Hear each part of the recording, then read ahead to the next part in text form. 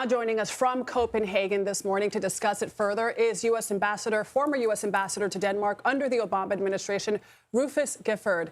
Ambassador, we learned a short time ago that Danish officials are going to skip this week's World Economic Forum in Davos. What is your take on that?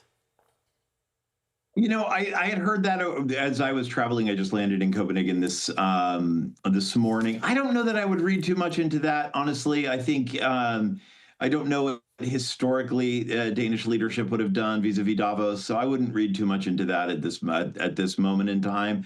I do think, of course, that all European leaders are looking at Trump's threats over the weekend and figuring out how to collectively respond. I think the Europeans are absolutely looking to try to speak with one voice on this, as opposed to having it be splintered across capitals on the continent. So, Ambassador, as our White House reporter just said, the Secretary of the Treasury was saying yesterday on the political shows that if the U.S. does not take over Greenland, it basically leaves an opening for Russia or China to step in and be a closer threat. Is there any truth to that? Is that a real threat? No, not even a little bit. And it's really extraordinary. And I find this to be the most exhausting and frustrating and reckless conversation that obviously senior leaders in our government are having.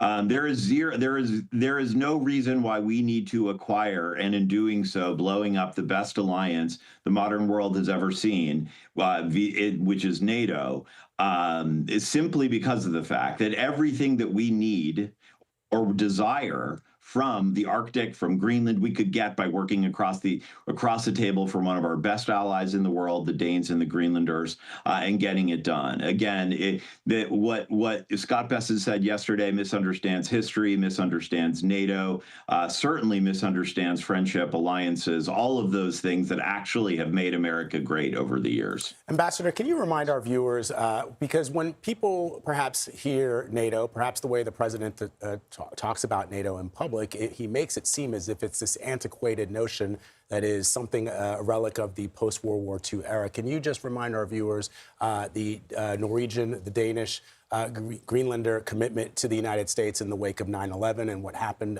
in the Middle East during our travels there? And just when you see, for example, Der Spiegel, which is a German newspaper, writing in their opinion pages that the U.S. actions of late are what they are calling an imperialist drive. Again, reminding our viewers, this is the German newspaper, Der Spiegel, Germany, saying that what's happening in the United States right now is being done with an imperialist drive, suggesting a shift away from the post-war rules-based system towards what they're calling real power, realpolitik. Can you just take us through that and what it means to you and to people who are in those countries?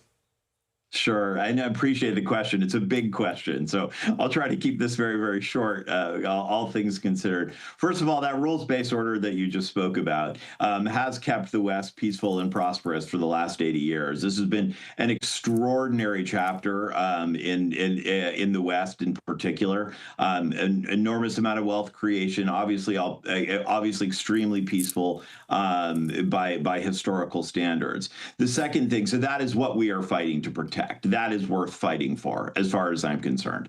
As it relates to NATO, and I think the essence of your question and why this question about being antiquated. So look, NATO is, even though I actually agree with the Trump administration that our European partners should be spending more on defense, they are stepping up. I think that's important. That being said, NATO is the best deterrent. Not only is it the best alliance, it's been the best deterrent against our enemies that we've ever seen historically as well. The point you raise is that what we call Article 5, which was this collective response provision of NATO, which essentially it's kind of a Three Musketeers approach. So meaning if you are attacked, if one NATO ally is attacked, we are all attacked. That has been invoked once in NATO's history, which speaks to how effective a deterrent it has been, and that was right after 9/11.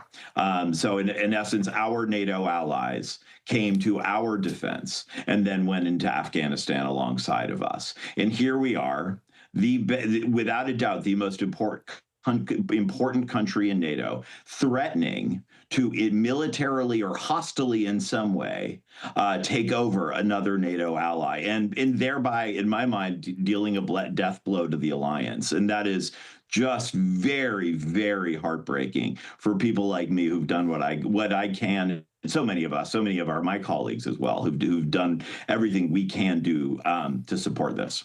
Sorry. Former Ambassador Rufus Gifford, thank you so much for joining us live from Copenhagen. Pleasure. Thank you.